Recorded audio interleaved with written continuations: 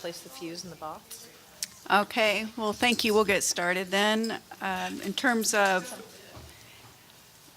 reporting action taken in the closed session, in regards to item 4C, the board deliberated in closed session on a student expulsion case.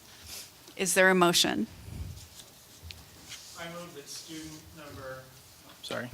I move that student number 181901 be expelled from the Tamalpais Union High School District for the following. Section 48900A1, student attempted to cause, or threatened to cause physical injury to another person. And pursuant to the terms and conditions of the rehabilitation program established by the board during closed session, the order of the expulsion is suspended through January 7, 2020, effective immediately. Students shall be allowed to enroll in Tamalpais High School under a stipulated agreement commencing March 13, 2019. If the student should violate any of the terms and conditions of the rehabilitation plan, the order of the suspended expulsion will be revoked and he will be expelled without a further hearing. Is there a second? Second. Thank you. Roll call vote, Mary, please. Ms. Owens? Aye. Ms. Brunich? Aye. Mr. Oppenheim? Aye. Mr. Saavedra? Aye. And Ms. Harlinger? Aye. Thank you, Mary. We'll move on now. Can I please ask for a motion to approve the agenda, including time limits? So moved. Is there a second? Second. All those in favor, please say aye. Aye. Thank you. Now I'd like to ask if we could get a volunteer from one of the trustees. And actually, I think we could open it up to a student trustee if you'd so choose, to read the meeting norms and then provide any sort of feedback to the board, fellow board members, about how the meeting went with regards to the norms. Do I have a volunteer? I'll just give it to them. I'll just give it to them. I'll just give it to you. So thank you, Lauren. Sorry, I kind of hope that's okay with my fellow board members. The no surprises, I did it again. It wasn't something we had talked, but it just occurred to me. Okay, but it was also surprising too, because we didn't talk about whether we would do that, but I. Surprised it no longer are. Okay, so this will be good. It'll be nice to get your perspective. And you've heard us do it now twice, so it's not too big. So I'm going to first hand it to you to go ahead and read the norms, and then just kind of keep an eye out for how you think we're doing on any of them. Okay. The board will come prepared and be fully present and engaged, deliberate effectively, listening openly while everyone's encouraged to express their point of view without interrupting, work collaboratively, striving for consensus, maintain perspective with a sense of humor, not repeat each other or ourselves, not have side conversations, give full attention to the proceedings, no cell phone use, focus on the best interest of all students, be committed to no surprises. Thank you very much. So now we'll move on to the next item, which is public comment on the consent agenda. Are there any public comments on the consent agenda? Okay, seeing none, we won't have a comment on the consent agenda, but before asking for an approval of the consent agenda, are there any items on the agenda, consent agenda, that any board member or even student trustee would like to have removed for discussion and voted upon later as a separate item? Nope. Okay, so can I ask for a motion then on the approving the consent agenda? So moved. Is there a second? All those in favor, please say aye. Aye. Aye. Thank you, that passed. Now we'll move on to the student trustee reports, and I'll just let whoever wants to go first to jump right in.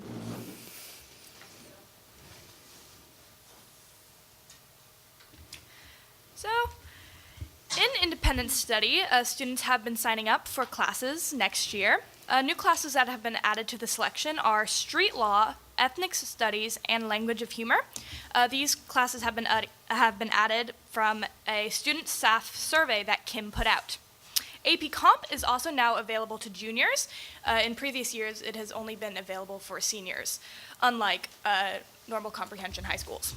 So, and Team just had their Farm Burger fundraiser. They made $275 for their Lost Coast trip, which is later this year. They would like to throw another food fundraiser soon, but nothing is conclusive. Pathways registration is open for next year and will close on March 20th. Acceptance students will be notified on April 1st, so they get notified very quickly. This year, they will be accepting 48 students instead of 24. So luckily, more students will be accepted, which is huge news for us. A lot of students apply normally, usually around 50. This year, we're expecting more due to the increase in acceptance, so we're looking forward to see what happens. CEC is having a field trip to the Exploratorium on April 17th. Open house is on March 14th. And sadly, some big news this year. Tamalpais' graduation is no longer at the Marin Art and Garden Center, which has always been a beautiful graduation ceremony, because they have said that we are simply too big of a group for them to handle. Now our graduation will be held at Tam High School because they're an available location. So thanks to Tam High School for just opening their campus to us. But I did hear it was at Mead Theater, which the TAM high school students wish they could still have their graduation there. It's a beautiful setting, so if that is helpful to you, I think you'll be pleasantly surprised if you've never been there. Yeah. Luckily, yeah, we do still have the option since we're not that big of a graduating class. Last year was only about 16 kids, I believe, and then their family members, of course. Yeah, if I can add, Mead's great. It's so much nicer and more connected versus we're out on the field and everything's like blowing and horns are like honking. But it's like Mead, it's all close. And like I've seen photos from old graduations and it seems so much more like nice and quaint. So it's a good spot.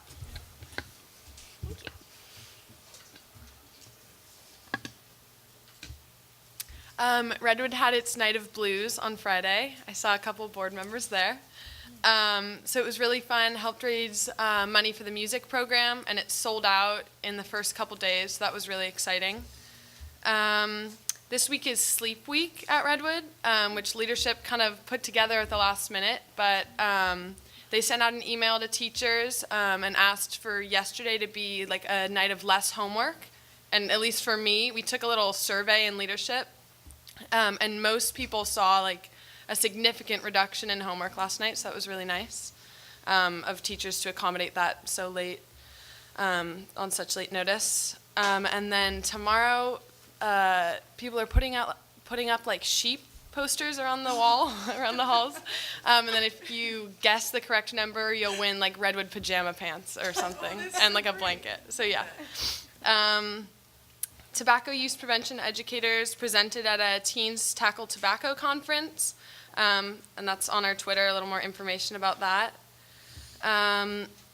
We are offering about 1,600 total AP exams across all students, so we're looking for about 100 proctors for that, and getting parent volunteers saves a lot of money, so we're still looking for more proctors. We have open house on March 21st, so leadership's putting together the silent auction that'll help raise money towards prom. We have our state testing for 11th and 12th graders on April 1st and 2nd. And then leadership was maybe trying to plan something for April Fool's Day, something fun for the school. Still working that out though. And then there's a PTSA parent education meeting about marijuana, and there's going to be a panel of seniors that are going to speak to parents, and that's going to happen in the middle of April. Thank you. So Drake just had our elections, and election results came out, so students were able to hear if they were elected, so that's very exciting.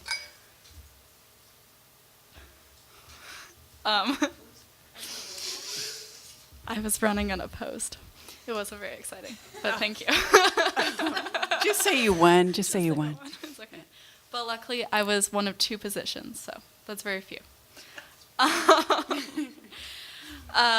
But we did see more candidates than have been seen in the last decade at Drake for elections. Oh, that so says a lot. Yeah. That's great. it's really exciting.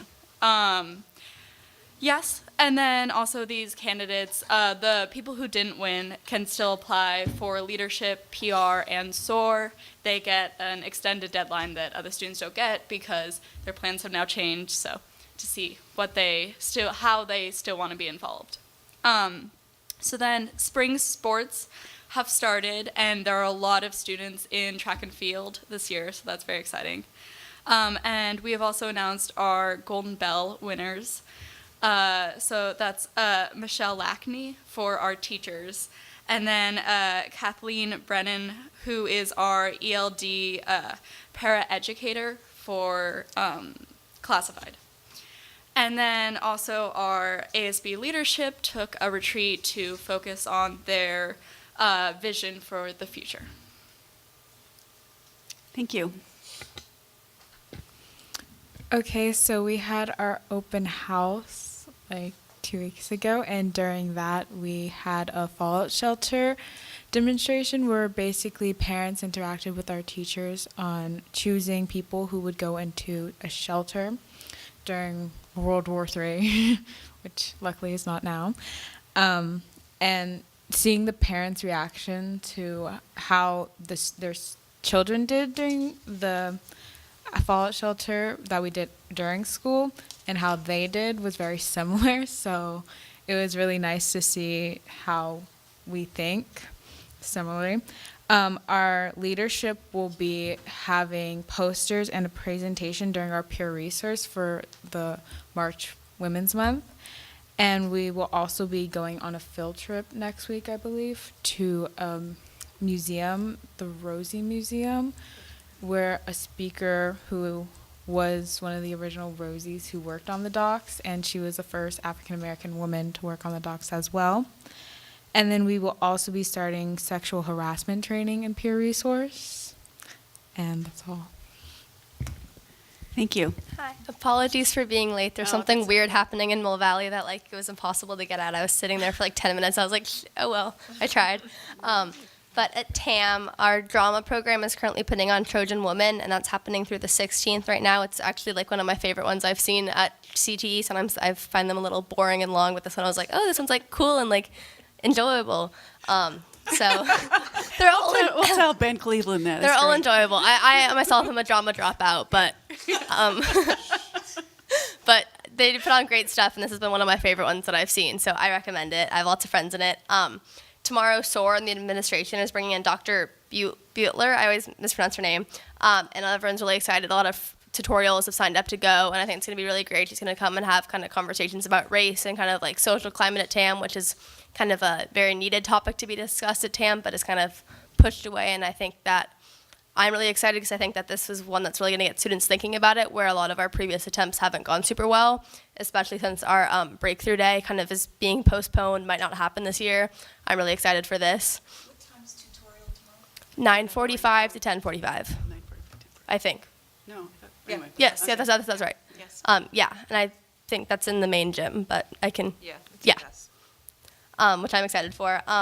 Really exciting news, Lily Bogus, a junior, just won state on Monday for Poetry Out Loud, which is really amazing. I mean, so many kids were like, wow, I didn't realize you can like actually go, and she won some sort of money for doing it, and it was like a extra credit project she did for our English teacher, and now she's going to DC, and everyone thinks she has a really good shot at winning. She's an amazing performer. I recommend. I think there's a video of her online doing it. It's really amazing. That's really exciting for TAM. We had open house last week. It was really exciting. I had the pleasure of walking around lots of lost parents at TAM, since that campus that day is hard. At night, it's just the math building. Like, they didn't have any of the outdoor lights on, so you like couldn't see it. So then everyone was like, no, it's there. Just keep walking. So that was fun. Our senior auction is currently going on, but it's kind of a lower turnout than expected, which is a bummer. But there's lots of good deals on items that are still going from below market price if anyone wants to help the seniors out. Our spring rally is next Friday, and then we're going to have a TAM Unity Day the week after that, so it's kind of a fun spirit kind of time. We always do our TAM Unity Days. I don't know if I've talked about them before, but they're cool. We do an extended lunch, and we bring in food trucks to TAM and lots of activities. So we're doing like flower pot painting, and you can do like, we found all these local plants to Marin and Southern Marin, and with like the bay and stuff, so you can like, they're like good to plant, and it's like spring has sprung, so like, yay TAM. There was a really good turnout at the I'm Not a Racist, Am I screening at the Mill Valley Community Center, which was really cool. A lot of kids, again, like talking about race at TAM, and it's kind of great, and hopefully it'll help with our event tomorrow. And mock trial weekend after next is going to be competing in state, so we hope we'll take home another state championship. Thank you very much. Anyone have any questions for the student trustees? I had a question on the sleep week at Redwood. Is there any discussion about electronics and reducing use of electronics to promote sleep? Well, yeah, what we were talking about is we sent an email to teachers asking them to give less homework, but then we also said on the part of students, it's also your responsibility to stay off your phone, stay off social media, you go to bed early, and then your teachers will do their part too. Okay. And what did people say today? Did they actually do so? A lot of people did. A lot of people also said they got less homework. I don't know that they Slept? more. Yeah, but they got less homework. So it felt like they slept more. Okay, next up is the superintendent report. Okay, so instead of doing a report tonight, we wanted to highlight Liam Anderson for being the National Gatorade Boys Cross Country Player of the Year, and we have a video. I didn't make it, Gatorade did, which we appreciate.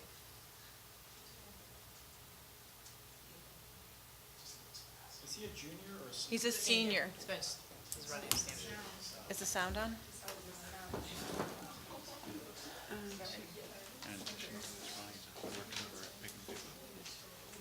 Oh, does he? I mean, I'm sorry. I love that. Probably have seen there, but I don't know. My kids. Oh, I can't. The only male one in the state. But if there's two ideas that stayed 2 minutes behind him, I guess he went up to him. Sorry.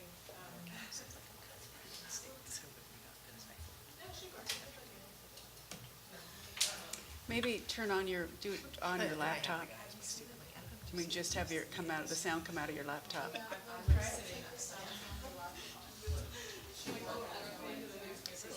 Is it,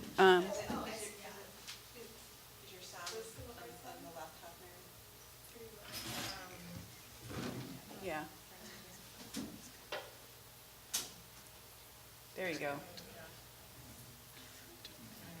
I've done that so many times.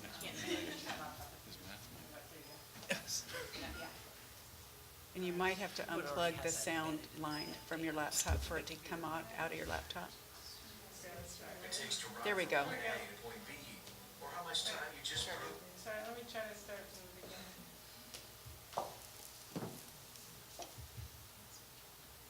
There we go. Yes. In the last couple of years. It's the language of all great cross-country runners.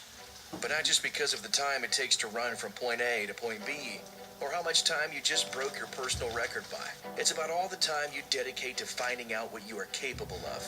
Like at the end of your freshman year, when you decided that by your senior year, you wanted to be the #1 cross-country runner in the nation. You trained ruthlessly, becoming known as a tactician on the course. 3 years later, you started your senior year ranked #1, then went on to win Nike Cross Nationals, setting a new course record in the process. And with your 4.26 GPA, as well as your extraordinary volunteer efforts as a search and rescue team leader, it's no wonder you have won the most prestigious award in high school sports. So Liam, what's next? Only time will tell. Liam Anderson, Gatorade National Boys Cross Country Runner of the Year. That's so nice. Time. It's the language of all great cross-country. You can just sit and watch them. Yep, so other than that, I just wanted to say that we're getting ready to administer the California Science Test for the first time. It's operational this year. We've done it in the past as a field test, but this year we'll actually get results. However, we have been assigned seniors, so we're testing our seniors. And that test will happen at the same time as the Smarter Balance assessments in April and May. And other than that, I am part of the Marin Marijuana Task Force, and we are presenting next week on harm reduction, and we're presenting to the School Law Enforcement Partnership Coalition. Thank you. So now we'll move to trustee considerations, and first item is discuss and take action on the 2018-19 second interim budget report. Corbett Elson.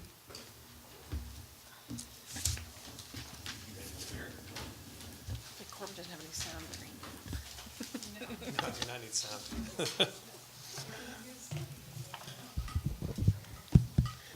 All right, good evening, trustees, Dr. Tope, and student trustees. Obviously, I'm here to present the 2018-19 second interim budget report.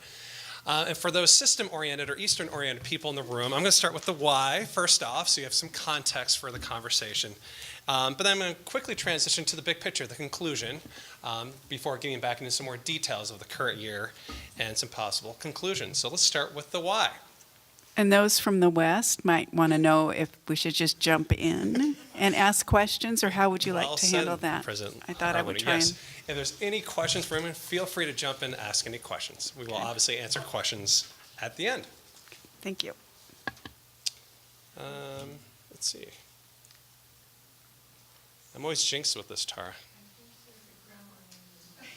Okay. I'll give you the signal. So let's start with the why. Why do we do a second interim budget report?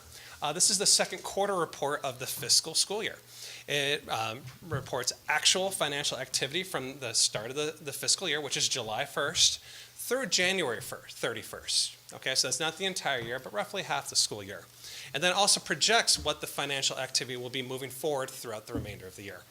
So we're comparing where we are now through January 31st to where we were at first interim, which is through October 31st. Just give you a little bit of data points there. I'm not going to read this to you. It provides an opportunity for us to discuss any changes, like we had a parcel tax measure in the fall, any budget changes we made, any unexpected changes from the state or the federal governments. So we recalculate multi-year projections, which we're going to see in a couple moments. But finally, the legal requirement tonight is the board must approve a certification of our financial condition of the school district. And there are the three options in front of you. Positive, which means we will be able to meet all financial obligations of the district. Qualified means may not be able to. So it's uncertain, but we may not be able to, whereas negative is unable to. I'm going to leave the suspense for now, but we'll be recommending a positive certification. So let's start with the end, the big picture. This is the summary of the multi-year projections. This is where we were in June. This is a slide that many of you have seen many, many times. I think Lars has it memorized by now, hopefully by now. So just a couple of, there's 3 years represented there. Obviously the current year and the 2 subsequent years or years afterwards. That's the requirement of a multi-year projection. And in the top row were our operating deficits at June. That was budget adoption for this year. And we have some pretty significant red numbers there in the millions of dollars. Roughly $8 million, $9 million, and $10 million. And our ending fund balance or reserve, as everyone here has heard many times, it's like our savings account. It's our one-time money, our reserve. We're projected to, at that time in June, be insolvent by the first couple months of the 2020-21 school year. Insolvent means we run out of cash and would be unable to meet our financial obligations. Moving forward, as Mary cued us in, this is where we were in blue, this next row, in December at first interim. At that time, we'd made significant changes. We had passed a supplemental parcel tax measure that brought in partial revenue this year and full amounts of that in the 2 subsequent years. In addition to that, the district made in current year budget reductions, the site budget reductions, the departmental reductions, not replacing administrative positions, et cetera.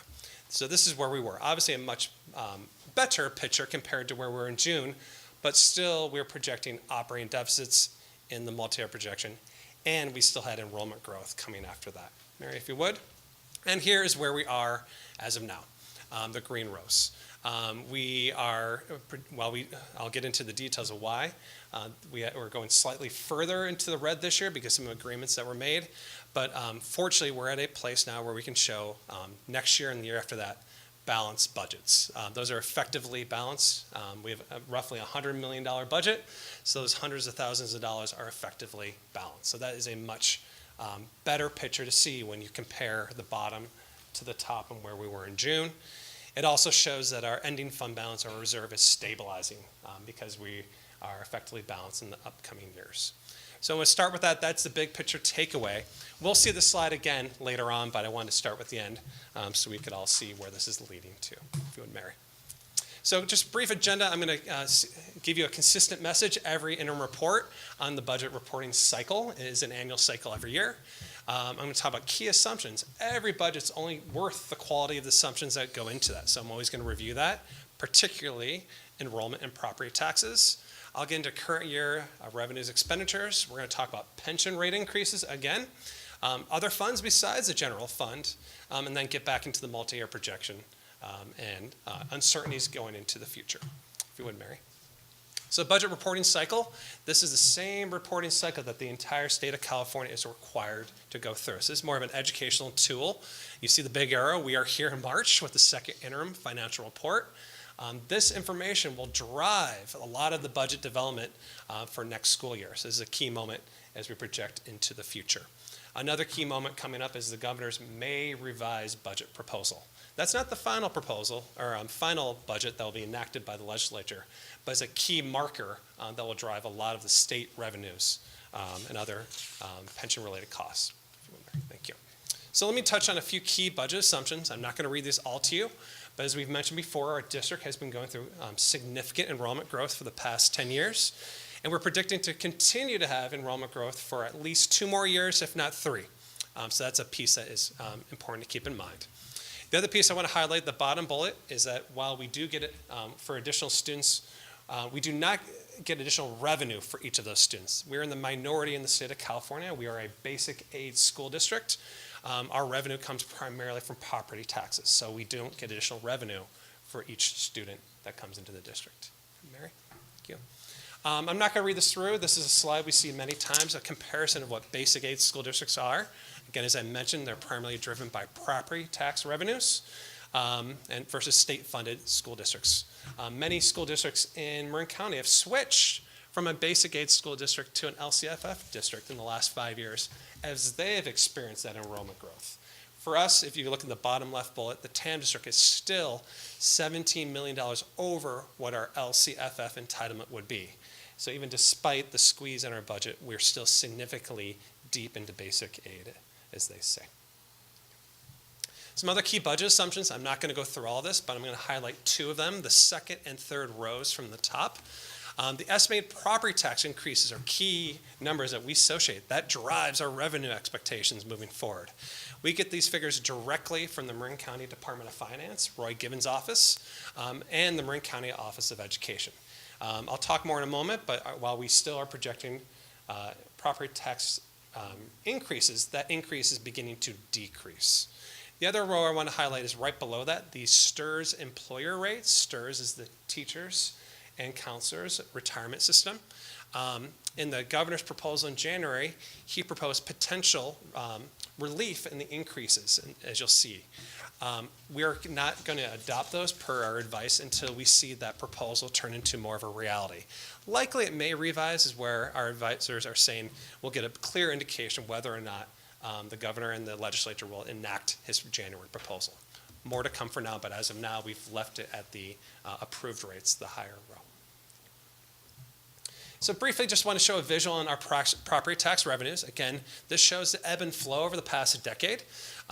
We are still obviously on the right side of that. Still projecting property tax revenue growth, but again, it's decreasing. That's more just probably the ebb and flow of economies. We're in the largest economic boom in California since World War II. It's only a matter of time before things naturally slow down. This also shows our parcel tax revenue. I want to just remind everyone that the parcel tax is separate in addition to our local property tax revenue. The blue line shows our original parcel tax that we've had for the last 8 years, I believe. The red shows the supplemental parcel tax measure, Measure J, if you will, that the communities support us by passing in November. And this is a summary of our general revenue across the board, combined for our entire district. General purpose is our local property taxes and some state aid components. Almost all of that is property taxes in the top. State funding, that's lottery money, special ed funding. Often that's a restricted funding, meaning revenues we get, but we have a restricted use for it.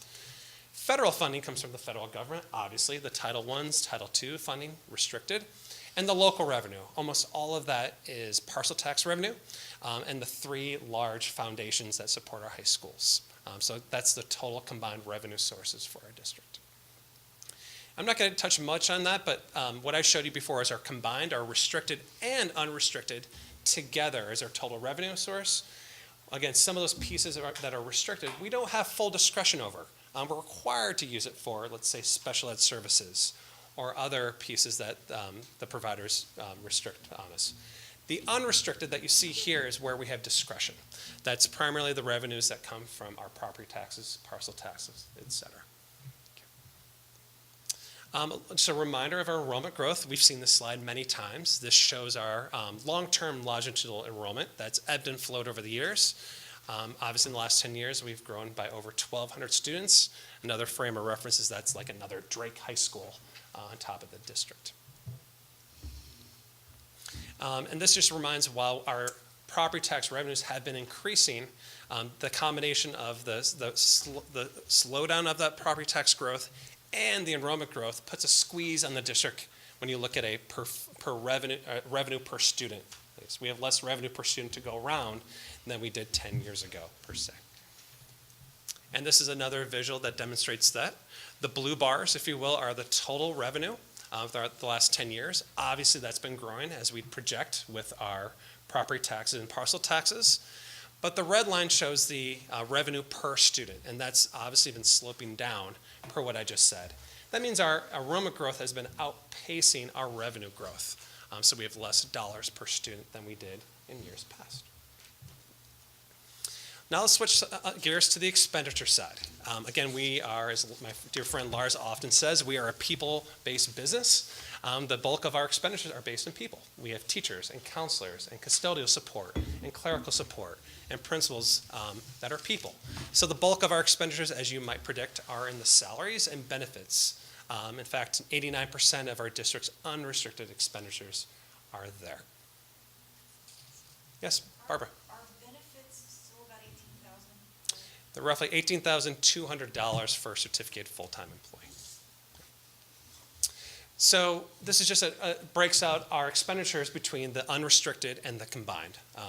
As you'll see, the far bulk of the fundings are in the big pieces of pie, the red, which is the certificated salaries. Certificated, again, is a reminder for the student trustees. Those are our teachers and counselors primarily, and our librarians. What is that peach color? Maybe, I don't know what that color is on the bottom. I'm struggling with that. That's maybe rose. Thank you, dusty rose. Those are classified salaries? Yeah. Mauve, thank you. Mauve, yes, thank you, Lars. Again, classified employees are our dear custodians, our clerical staff that support the backbone of our schools. And the blue are the benefits for all employees, certificated, classified, and management. Those three pieces, again, make up roughly 89% of our annual expenditures. So back to STRS and PERS. Again, those are our two pension systems, STRS, which are teachers and counselors, and PERS, which is a separate pension system for our statewide classified employees. Again, as a reminder, I know we've heard this before, but the state passed pension reform in 2013. Governor Brown and the legislature determined that our both pension systems were going to be insolvent in a couple decades, meaning more money was going out to retirees than was being contributed into the system. So as a result, the fix was there was promises made to those retirees that they couldn't reduce the money going out, so the only way to make it solvent would be to increase the contributions into the system. And Sacramento had a grand compromise where employees, every single employee in this room, contribute more out of our monthly paychecks to get the system more solvent. The state itself contributed more, and school districts contributed the most, roughly 70% of that. Those rate increases you see there are for the employers, the school districts across the state. I'm not going to read it through, but those are pretty significant increases. Mary, if you go to the next slide, we'll have a visual of that. The red line were the dollar amounts at the old pre-pension reform rates, pretty flat, slight increase. And the blue are the increases after pension reform. Again, you can roughly see that doubles the total cost in a school district. And as we saw in the previous slide, that's annually, when fully implemented, roughly a $7 million annual increase beyond where we were pre-pension reform. Putting that increase on top of a $100 million budget, that is significant. Thank you, Mary. So let's get back into the comparison of this school year, comparing first interim to second interim. Again, first interim, as a reminder, is where our district was as of Halloween. And second interim is where we were as of January 31st. It takes a little while for us to compile those figures. That's why there's always a delay. So the first interim projection for where this school year would end up was still an operating deficit of roughly $3.7 million. The changes I'll get into in a couple minutes is roughly $426,000 of difference. We're now projecting to be deficit spending by $4.1 million. The changes that account for that, the $426,000, are here. As we mentioned at the last board meeting, we have reached a salary settlement with our TFT unit. Part of that is a 1.5% raise retroactive to this school year. That's the far bulk of what you see there in the top row. That's offset some because in combination, we offered a retirement incentive, a PARS retirement incentive, that we offered out to our employees who chose to take that up in lieu of our built-in budgeted district retirement incentive. So we lowered that budget amount because employees took the PARS incentive. So that's a net offset to that. Likewise, we also, as you know, we offered that to our classified employees. So we have a budget savings of roughly $89,000. And then we have some other net adjustments. The PARS retirement incentive, we need to make some accounting entries this year for our upcoming 5 annual payments that were a part of that agreement. So there's some net changes there. And the total, though, is roughly $426,000. This is in the unrestricted side. I do want to highlight that we had an increase in our restricted budget in 2 areas. One related to some accounting entries, again related to PARS, but also one of an increase of $442,000 in special education related to primarily settlement costs and some additional non-public school placement costs beyond what was budgeted. So that's on the restricted side of things. So this just, again, summarizes what I just spoke to in terms of our operating deficit in the middle column. How does that impact our reserve? That's what you see in the right column. Again, in first interim, we're projecting to have a reserve at the end of the school year of roughly $14 million. Obviously, that's going to go down by the changes I just described. Plus, we had some, there's always some audit adjustments that we have throughout the year as we clean up the previous school year that made that a little bit slightly further to the red. So currently, at second interim, we're projecting this year's reserve to end at roughly $13.25 million. So I've just been describing the general fund, and that's the far bulk of the activity is in the general fund. But all school districts have other funds that have dedicated uses and names. There's a list of them, obviously the general fund up top, and all the other funds that we have in our district. And this just shows where we were last school year, where we expect to change this year, and also where we expect to end this year. All that is pretty predictable activity. I want to highlight that the adult education fund, that is fully predictable. They have not received their state apportionment for adult education yet, so that will be addressed. The other key highlight, the more significant number, is the capital outlay fund, the fund on the third from the bottom. That's Fund 40. You may recall that Lars Christensen made a presentation on Fund 40 to the board in October, where we talked about increasing some of our annual contribution to that fund.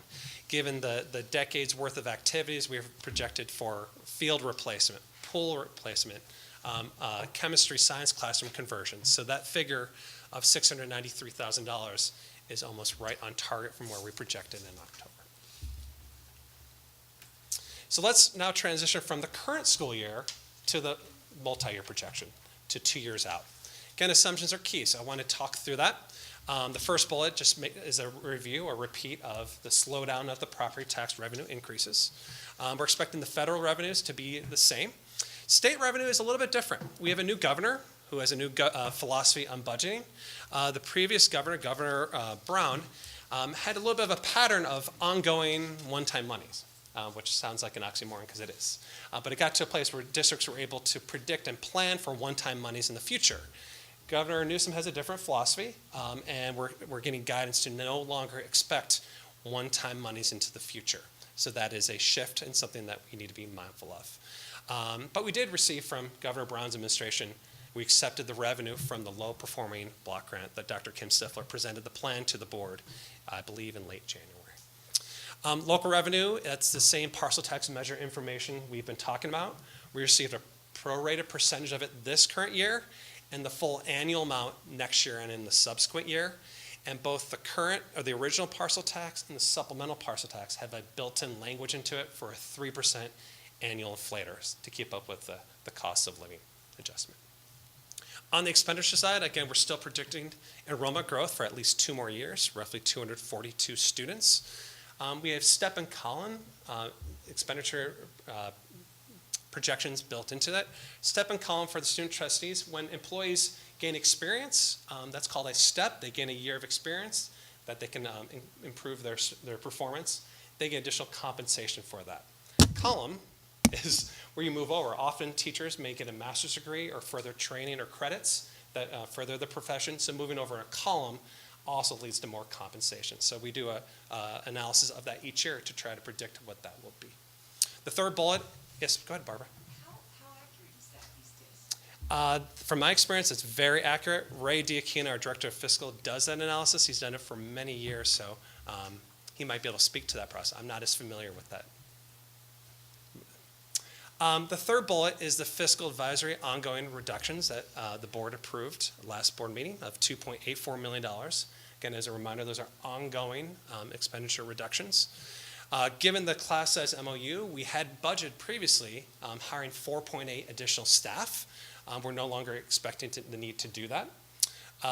Obviously, we've talked about the 1.5% raise for our teachers and at least a 2.5% raise next school year in an ongoing manner. Again, there's some analysis there that will be done to see if it's more than that or not. Also part of the deal with the TFT settlement is potential sharing of property tax revenues that come in above budget, 50-50 split between the district and the employees. For now, we don't know. We're predicting that our budget will come in on budget, but we'll make that adjustment and analysis in September when we do the unaudited actuals. But for now, we're not budgeting. We budget in what we think is the most accurate, which is the budgeted amount. And lastly, we are going to at some point reinstate our in-house contractual incentive. That's what we budget for every year in lieu of PARs, so we'll phase that back in over time. Other assumptions, again, I talked about the governor's proposal for pension relief. We are not including that yet. We'll see what comes up in May revise. The annual 5 payments to PARs, again, that's a retirement incentive for both our certificated classified units. Part of our agreement is that we pay that amount, that annuity out to employees, to PARs in 5 annual amounts. That's built in. As you know, there's a historic trend statewide of special ed costs increasing. Our current analysis roughly uses a 10% annual increase year after year. That's a compounding 10%, not a flat 10%. We have not yet settled a salary or contract agreement with our classified union, nor our management team. So those projected increases in expenditures are not yet reflected in our multi-year projection. They will be when we reach a settlement. And we still are predicting to add some staffing in future years due to enrollment growth, just not at the rates prior to the class size MOU. And lastly, as I talked about before, and we had discussed it in October, we've increased our contribution to Fund 40, our capital outlay fund, by roughly $280,000. And that's based off of David O'Connor's 10-year analysis of all the field replacements, the pool replacements, other classroom conversions, to make sure that Fund 40 is, the expenditures are matching the revenues or funds available to that. So I'm not going to ask you to read this. It's a very small font, but this is what the multi-year projection looks like. I just want to highlight 3 lines in there. Line 14, which is the Lavender certificated reductions. Lars Christensen is going to speak to in more detail about that in the next agenda item. That number is still an unknown. I'll be quite blunt with you. We've just begun the staffing processes at our schools. We're just determining what our enrollment is at the various 3 high schools. We just met with principals last week. That is our best estimate now, but that number could adjust in either direction. We'll have it much more refined at June adopted budget when our principals have really refined the master schedules. Just below that, line 15, the fiscal advisory reductions, that is the $2.84 million. That's more specific, given the board's approval of that at the last board meeting. And lastly, line 24, the net increase, those are the operating deficits, or now in a year out, operating surplus that we want to draw your attention to.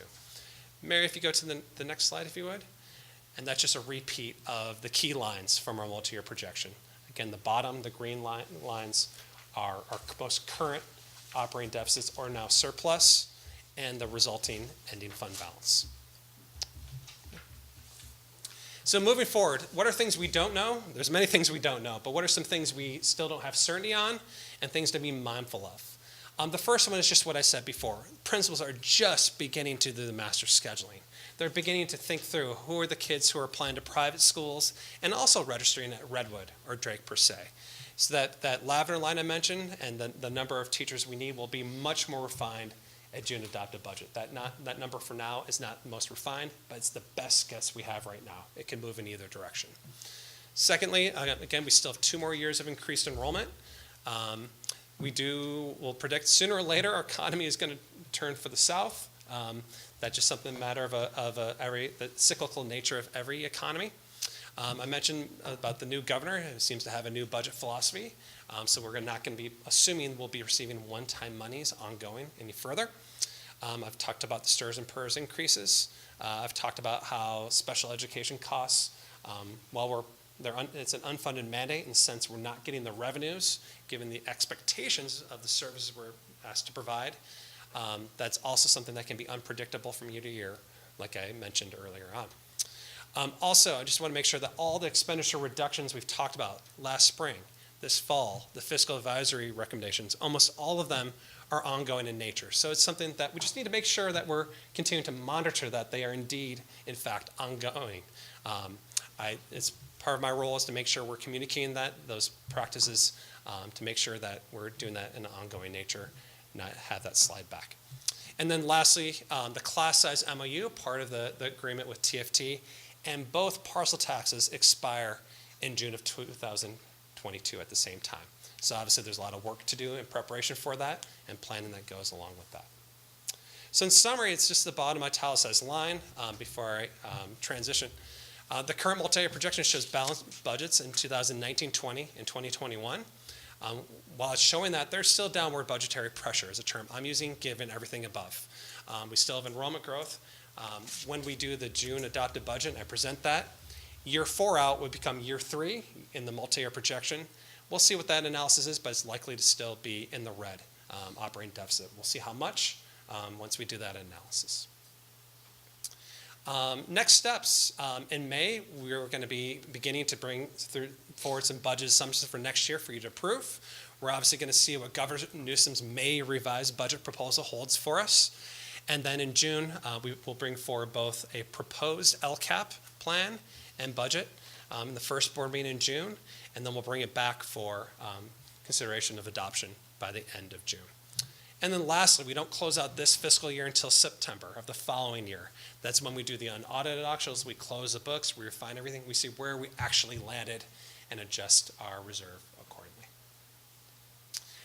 So with that, per AB 1200, we're required to provide a recommendation, and my recommendation is that the district should self-certify as positive, that we can meet all our financial obligations per the report I just shared with you in the current year and the 2 subsequent years.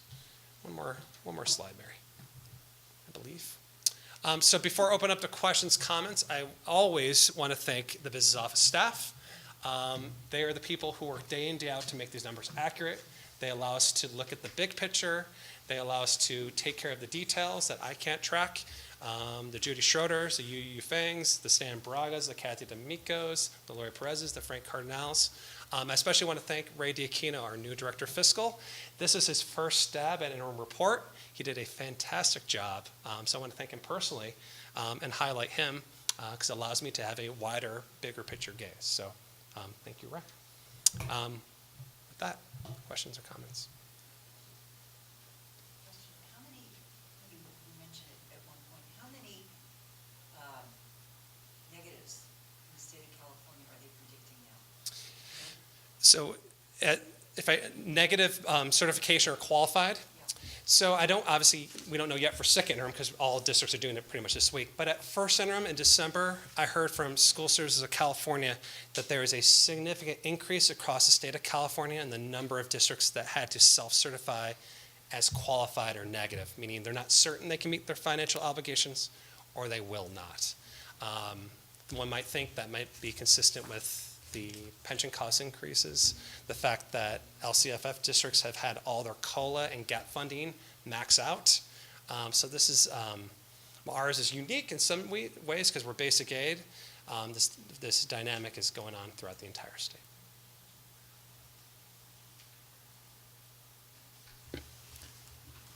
I have one comment. I'm glad how well the district has done with being transparent and providing this information. And I was wondering if there was any consideration on the website. There was a page with, I think it was like 8 questions and single sentence answers, and it was during the parcel tax. And some of those questions are still relevant. But I guess I'm reflecting on people I run into or ask questions. They don't understand first, second, third interim, and they don't want to understand. But they just want to know, is the budget balanced? And, you know, maybe simplifying it, and I'm kind of going to sometimes emails we get, questions about average class size. If we could just put that information somewhere as a question, if you, I know you're busy, so that we could direct people to that website when we receive communication. I don't know, what are your thoughts on it? Maybe the other board members. I'm talking about something not making these, I'm talking about something very simple, very high level. Well, I know you use class size and then budget projection. Well, so that's what where are we my mind was going all over. Yeah, so I know, that's why I'm asking questions. I guess what I'm so surprised. You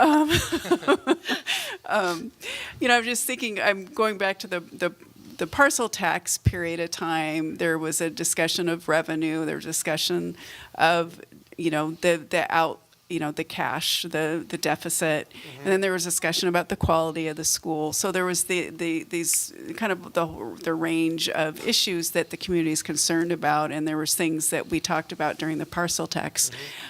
We can still talk about those same things, and people now are concerned about quality in light of the fact we've made some reductions, and there's a lot of misunderstanding still in the community, and that's where that was coming from. And I'm thinking in terms of, we do know that we do need to let people know that these parcel taxes do expire in 2022, and that might be a good thing to be transparent about, even if it's a single sentence. But, and I'm not giving you direction because I'm one board member, but I just wanted to know what your thoughts were, and maybe the board has consensus or something we could talk about another agenda item later. Sure. I know what you're talking about. I completely agree. I think that's something that's been on my to-do list. I know the superintendent has obviously made strong communication a big priority. Definitely, yeah. We're trying to obviously been leveraging all the communication with the parcel tax, all the engagement with the community that we've developed, and hopefully transparency and credibility into future endeavors. So I think one of the conversations we've had in cabinet is what are our communication strategies, what are some layers we want to build into where have we come, where are we now, where do we need to go into the future. So having a comprehensive strategy is something Dr. Tuffy has certainly brought up and thought about. So I'm looking forward to doing some of those updates. I didn't mean to not ask you about that, but I was just curious if it was on your docket. Any other questions about why are you looking at me like that? Well, no, I would just say that, again, without look. giving direction, and I haven't looked at the site that you're talking I'll about send or you the where link. that information is, but I don't think we can say average class size until we have our average class size That's in a the good fall. point. And Good so point. what might be useful is the reduction in FTE that we have, Actually, right? Those that's what I sorts of meant. things. And so Average because I don't think increase. we want to. Student because of the. But I would just say I just reduction. interrupted you, by the way. You're just worry. asking questions as you go. Okay. You're really a West. And so, but I would, so probably the budget expenditure, right? So reduction of FTE would be a more applicable. That's more accurate, because people have said, what impact will they have? And we think, on average, that kind of thing. Yeah. And then things will change out, as seen before. So I was going to say that we've been in cabinet previewing, we've been collecting various budget communications from other districts. Oh, good idea. That are sort of like one-pagers or overviews, and previewing them to sort of consider what kind of specific budget communication we want to put out. We're sort of striving for brevity and clarity. Yeah. Budgets are complex, and if you start to get too, detailed, I think the main message that we want to communicate is we have balanced the budget. And although we had to take some measures to do that were not painless, that we are in a really good spot, and that relatively speaking, it has been, we've been fortunate in the process and participation in getting there. Yeah, that's good. And just one quick comment as it relates to that. I think great job in terms of taking these steps. I think it's obviously difficult still with what has to come in terms of implementing the 2.84 million of cuts, but the balanced budget means that there shouldn't be more iterations of this in the future, and I think that should be something that the community is content with, teachers are content with, students knowing that this will be sort of ongoing and status quo from here. So great job. Yeah, absolutely. I had a quick question about the building fund. I saw that it was 0 all the way across. I'm wondering, is that new buildings or is it to for keep up of already existing buildings? Sure, Devon, I think I know the slide you're talking about, but could you specify? The summary of all funds. Yes. And which specific fund are you referencing? The building fund. Yes. Not to get into too detailed, while that's an active fund that is still technically active, we're not utilizing it. We developed, the Capital Facilities Fund was a fund that was developed maybe 2 or 3 years ago when the district began collecting developer fees. So we started using that for a lot of our enrollment growth pieces, portable classrooms, transitioning classrooms for science. So we haven't formally deactivated that building fund, but it's still technically there. So I just wanted to include Okay. question. Okay. So following up on Devanna's question, should we deactivate the building fund? I mean, why do we still have a building fund if we have a capital facilities fund? I don't know, to be honest with you, I don't know why, to be honest with you, but the 3 funds we do have are the Capital Outlay Fund is the Fund 40. That's the one that represented that are large projects, large capital investments, pools, field replacement. The Capital Facilities Fund is the developer fees. That's a very restricted use required by law, and we have to report out why are we collecting the developer fees, and are we using it to address enrollment growth. So that has a much more restricted component of it. So those are that's the primary. Oh, and lastly, deferred maintenance. I failed to highlight that. That's the 4th from the top. The district's required to have a 5-year deferred maintenance plan. That's not for large capital expenditures of a field, but that's just the replacing the roofs, the painting them, the waterproofing. That's a fund available for that. So back to your question, the building fund, I don't know, but I'm kind of interested in why we haven't deactivated it.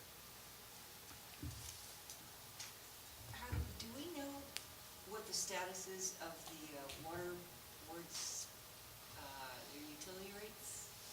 We don't. My understanding from following it in the press is that they are still in conversation about it. We were inquired upon what our estimates might be should they follow through in that, but I don't know exactly where they're in that process. I've just followed it from the press point of view. Anything else? Any public comment? Okay, very good. So now we need to ask for a motion to approve the multi-year projection and a positive certification. So moved, or? So moved. Do we have a second? Thank you. Would you like a preferential vote on this? Do you feel strongly about this one, or would you rather, we can go for, okay, sounds good. Okay, all those in favor, please say aye. Aye. Thank you, that carried. Now we will go on to Lars Christensen and Resolution 18-18. Good evening, student trustees, President Harlander, Dr. Topier, Governing Board, and Mary. Good evening. Typically, a budget presentation is not a tough act to follow, but I will say that that was perhaps one of the most clear, concise, well put together budget presentations I've seen in my many, many years in the school business. As per Corbett's presentation, FTE reduction, unfortunately, is part of our overall budget planning process in our reduction endeavors going forward. With that, I bring to you this evening Resolution 1818. That is a reduction in particular kind of service. You've had this in your board packet. I know you've reviewed it. We are looking to reduce by 16 full-time equivalents, or FTEs. We need this resolution passed in order to issue initial notices of potential reduction on or before March 15th. As Corbett referenced, he didn't mention the statutory deadline that we have, though we do have one of March 15th to issue this initial notice. And for us to move forward in the budget process, it is important we get these out. But as Corbett noted, we're just really in the infant stages of master schedule development and planning at this point, yet we're faced with a March 15th deadline, hence the resolution. So it's with respect that we ask for your support in approving this resolution, and I'm available to you for any and all questions that you may have. Yes? I have a question. I could just be misunderstanding this, but I thought, so we got rid of the last budget vote on the reductions, removed all librarians, correct? Right? And then I thought we had like 3 full-time employees, so how are we still cutting 1.8 FTE? Great question. One of our 3 librarians has retired via the Public Agency Retirement Services Retirement Initiative, or incentive, I should say. And then we are going to maintain a 0.2 full-time equivalent for library services per an ed code requirement. Oh, yeah, that makes sense. Okay, I was just like, where did the other one go? Good question. Really good question. Any other questions? I have another question. Sorry, Wait, so, I and then put my sorry, I head down, just didn't see you. No need to apologize. So is this, and so I'm assuming the district isn't hiring any new teachers next year, or is that happening at the same? You know, and I hope I don't It sound depends. patronizing. That's an excellent question, because it is going to be a bit odd, I think, for some people, because while I stand before you this evening and ask for a reduction in service, or, essentially, we would like to issue some layoff notices to select teachers, unfortunately. Some of the folks who have retired or will be retiring via the PARS incentive, we need to replace. And I'm looking at the building, so it comes to mind immediately. It's not a secret, because we took action public, that Ms. Louder is retiring in June. We are going to maintain a ceramics program at Redwood High School next year and in the years to come. Therefore, while we're laying off certain teachers, we're also going to be hiring some too, because we're going to keep offering ceramics. That's just one small example. So some teachers, unfortunately, we will reduce. Others we will bring back. Maintain the position, bring back a different person. Okay, thank you. Are we ready then for a motion? Can I ask for a motion to take action on Resolution 18-18? So moved. Second. All those in favor, it's a resolution. Do we do a roll call on a resolution? Yes. Yeah, sorry about that. Aye. Aye. Aye. Aye. Aye. Thank you, that passed. Thank you. Thank you. Okay, now we move on to the trustee reports, and this is a time for the trustees to make announcements without discussion regarding various matters of interest to the board, such as Marin County Joint Legislative Advisory Committee, I should have just said JLAC, Marin County School Boards Association, Fiscal Advisory, Golden Bell, or other updates. I guess we can take Fiscal Advisory off for the time being. So, okay. This morning I went to Sacramento, where the CSBA organized a very well organized legislative action day. I think those of us who went for the Marin County Day, CSBA does it statewide. So there were, at least Northern California. At any rate, we met with Mark Levine and his staff. He's our assemblyman. And then after that with Mike McGuire. And the information, by and large, was really good news. That sounds like Gavin Newsom is going to stay with his proposal, though what I heard, it might be just slightly reduced, but Mike McGuire made the point of understanding, they both did, about the pension reform, and that it's got to be ongoing. They're getting it, and that's because we are applying pressure and we're giving them detailed information. So it's encouraging to see the progress. We're looking at a parcel tax legislation for 55%, and that's is consequential to us. A lot of agreement there for supporting that. I noticed that the staff person in Assemblyman Levine's office took note of the fact that we have enrollment growth to the tune of another comprehensive high school. He understood, he got that, and what's encouraging is he's a consistent staffer, so our relationship with him is ongoing. And then at JLAC, we have Assemblyman Levine's, I think it's Levine's, yeah, his aide is with us in those meetings, Samantha, and that's, I think, that always keeps us, I think, up to date. Good news, I think, as well, at least in the future, the National School Boards Association is talking now about putting pressure on the feds, because our contributions in California to federal taxes are significantly higher than what we're getting back in terms of services, particularly in special ed and those mandated services. We're getting some relief on a little bit on transportation, we hope.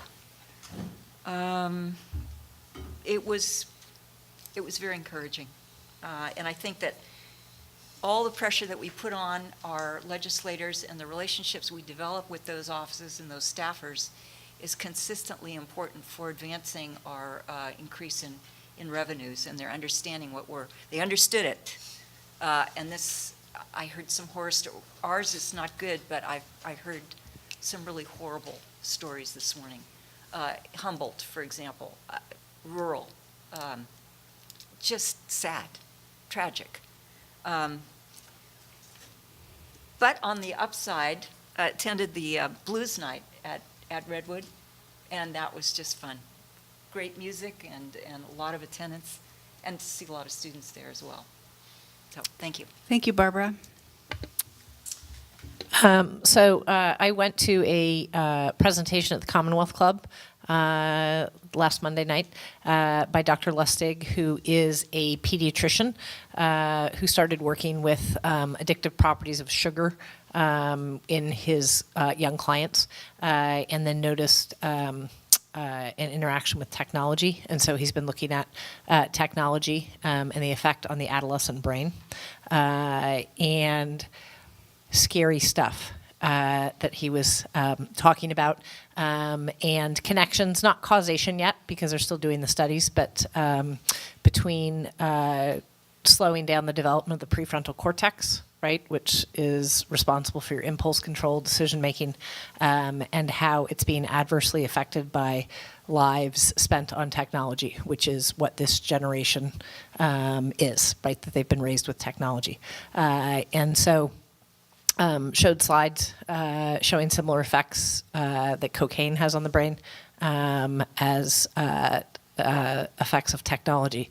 And he highly recommends reducing use of technology while the brain is developing. So it was very interesting. I have his book, Hacking of the American Mind. Haven't read it yet, but once I do, it's available if anyone wants to read it. But really, and one of the interesting, and I took my daughter, who's a sophomore in college, and one of the slides he put up is he put up, I don't have a smartphone, so I may be going out of my comfort zone talking about it, but he put up happy apps and not happy apps, right? And the happy apps were things like weather.com, Spotify, Evernote, something else. The unhappy apps had Tinder, Snapchat, Instagram, Clash Royale, which I guess is a game. Is that a video game? And he said that the distinction between the happy apps, so the ones that made you happier and the ones that, and then there was a meditation one on the happy side. But he said the ones that made you happier versus the ones that stressed you out and reduced your self-esteem and led to anxiety and increased rates of depression. The happy apps were one-way apps, where you only got information, and the two-way apps, where you were waiting for judgment, were the ones that had an adverse effect. So And I went back to high school and shared that with all my students. And I said, if I were raising a child now, I'd be severely limiting the technology or teaching them how to use apps or delete apps. And he basically said, you know, you can go to grayscale, you can make your apps harder to find, all sorts of things. So Very interesting. it was interesting. Not too much to report. Looking forward to the JLAC meeting coming up. And Great. I went to the Redwood music event at the Corte Madera Community Center, I guess it was, with Barbara. It was neat to see an engagement and just, you know, just so many students, so many parents and musicians really enjoying the experience of presenting themselves in the way they did. It was a lot of fun. Last Thursday, I was invited by a friend of mine, and really was not expecting this, but I went to an event at the JCC in San Rafael, the Bridge the Gap College Prep event. Apparently, a friend of mine's wife is on the board, and I went to that, and really I was very, I mean, I would say it was a presentation, it was a whole event, but really a presentation that described something that was powerful. And really, I mean, like, really important work that these people were doing. And clearly, there is an important connection between what they're doing and kind of how that gets involved with what we're doing. So I'm not really sure exactly what that was all about, but there's, I think there's, to the extent that there's some opportunity for us to get involved with them and supporting them to help with what we're trying to accomplish, I think that'd really be something interesting and enjoyable to get involved with. So, Thank you. The only thing I have to report, I went to a coalition meeting. They're in the process of changing their name, and I think they're figuring it out later this month. But I learned there was a speaker there. One of the members is from UCSF, and just doing research on juuling and vaping. And I learned a lot, and it kind of opened my eyes to some of the issues, and had been doing a study going to parking lots of various high schools and collecting the trash. And there was even different levels of juuling versus vaping depending on the socioeconomic status and the advertisement and the focus of trying to capture these different areas of our youth was pretty alarming. It was like probably listening to what happened in the 50s, but now it's with juuling and vaping, and it was pretty alarming for me to hear. So I found it very interesting, and I plan to go back. It's something I know I need to increase my awareness. And I just have to mention it, in hearing everybody speak, it makes me think that there might be a time where, as we get interested, there might be something that we'll request the superintendent to have more of a discussion when we really can talk, because it's interesting information and important. So thank you, everyone. So now, do we have any public comments on items not on the agenda? I see shaking of heads. Yeah. Okay. So now we turn it back to Lauren. I don't know if if you're comfortable sharing anything you observed in the way of norms that we did really well or anything that we need to work on.